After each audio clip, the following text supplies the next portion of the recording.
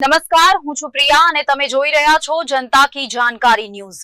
નજર કરીએ આજના સમાચાર ઉપર। રાજકોટ જિલ્લાના ઉપલેટામાં દર વર્ષે વિવિધ કાર્યો કરતા નાગનાથ યુવા ગ્રુપ દ્વારા આ વર્ષે પણ ગણેશજીની સ્થાપના કરવામાં આવી। ઉપલેટા નાગનાથ યુવા ગ્રુપ દ્વારા લોકમાન્ય તિલકના ઉદ્દેશોને ધ્યાને લઈ જ્ઞાતિ જાતિના ભેદભાવ ભૂલી લોકોને એક કરવા દર વર્ષે ગણપતિજીની સ્થાપના કરવામાં આવે છે। હિન્દુ ધર્મમાં ભગવાન ગણપતિની સૌથી પહેલા પૂજા કરવામાં આવે છે અને તેમની પૂજા કર્યા પછી જ કોઈપણ શુભ કાર્ય શરૂ કરવામાં આવે છે।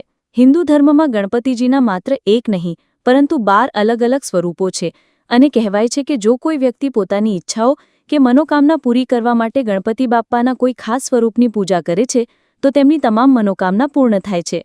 ત્યારે ઉપલેટામાં વર્ષોથી કાર્યરત એવા નાગનાથ યુવા ગ્રુપ દ્વારા ગણેશજીની સ્થાપના કરવામાં આવેલ છે।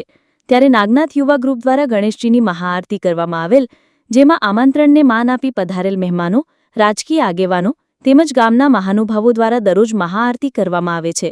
સાથે સાથે ગણેશ ઉત્સવના 9 દિવસ દરરોજ આસપાસના વિસ્તારના બાળકોને વિવિધ જાતના બટુક ભોજન કરાવવામાં આવે છે। તેમજ આ ગણેશ મહોત્સવમાં ભક્તો દ્વારા દરરોજ સવાર સાંજ આરતી, સેવા, પૂજા, વિશ્વ શાંતિ માટે આરાધના કરવામાં આવે છે। મારું નામ ભાવેશભાઈ બારિયા અને આજે જે ગણપતિ બાપા વિશેની વાત જે કરવાની છે, નાગના ચોકની બાજુમાં જે મમાઈ ચોક આવેલો છે ત્યાં અમે ગણપતિ બાપાનું ભગીરથ અને એવું કાર્ય કરેલું છે અને અમે હર વર્ષે ગણપતિ બાપાની અમે આ બિરાજમાન કરીએ છીએ। તો આના મુખ્ય હેતુ કે જે અમે મહાઆરતી કરીએ છીએ, જે બાળકોને જે બટુક ભોજન જે અમે અપાવીએ છીએ એ આજુબાજુ વાળાના બધા સહયોગ અને સપોર્ટથી કરીએ છીએ અને જે નવી જાતના અમે ભોજન પીરસીએ છીએ એમાં હવે ભજીયા, ચટણી, પછી અમે પાઉંભાજી, જે સમોસા। જય ગજાનન। નાગનાથ યુવા ગ્રુપ દ્વારા અમે ગણપતિ મહોત્સવનું આયોજન કરેલ છે। જ્યારે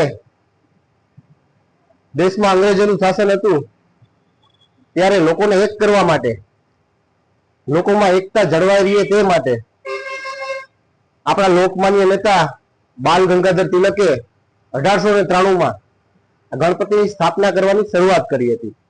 આજે એ જ ઉદ્દેશ્યથી અમે નાગનાથ યુવા ગ્રુપ દ્વારા ગણપતિ મહોત્સવનું આયોજન કરીએ છીએ, જેમાં અલગ અલગ